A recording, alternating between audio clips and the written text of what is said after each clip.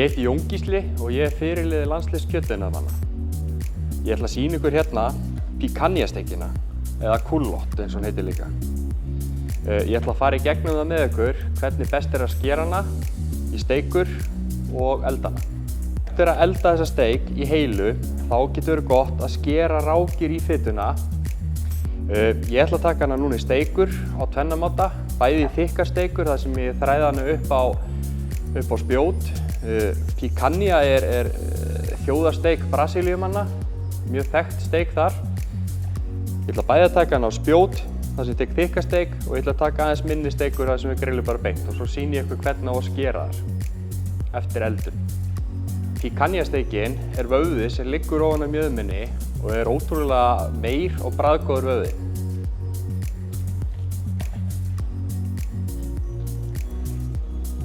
Það þarf alltaf að byrja að fjarlægja sinina sem liggur hérna undir vöðvanum. Þá stingum við bara hnífnum undir sinina og fylgjum svo sininni. Pössum að það sé ekki mikið kjöt með.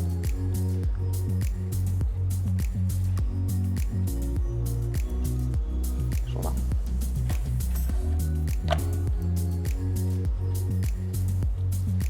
Þá byrjum við að skera hann í steikur. Ég ætla að taka þetta í svona þykkar steikur hérna til að byrja með.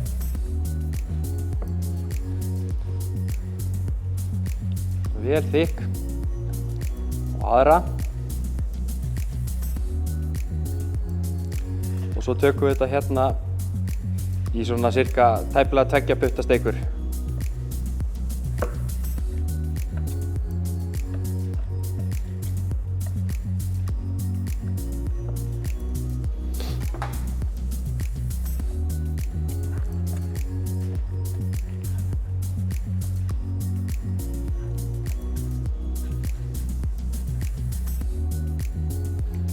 Þá lítur hún svona út.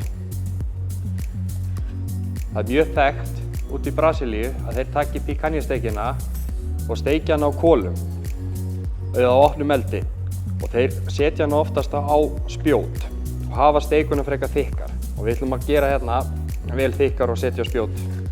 Svona traditional brasilískt.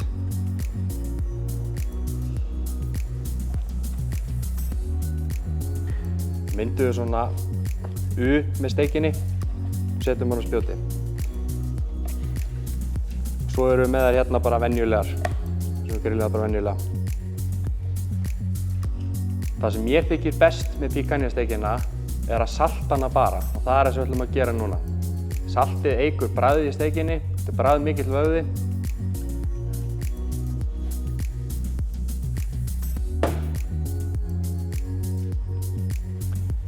Setjum við bara vel á salti og allar hliðar.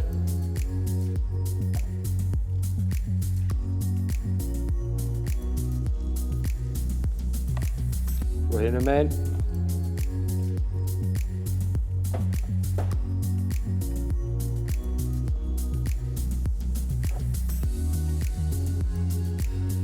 Svona. Nuttum við hérna aðeins í fituna líka sem að fettir hliðar á bretti.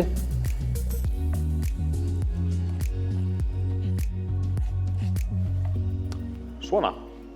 Nú förum við á grillum þetta. Við byrjum að setja picanha-steikina á beinan hita. Funheitt grillið.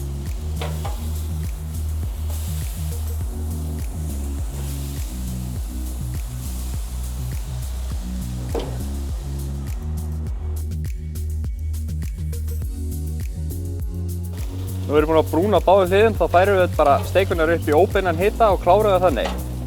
Þetta er svona cirka 2 mínútur á hlið áður að fyrir óbeinan hita.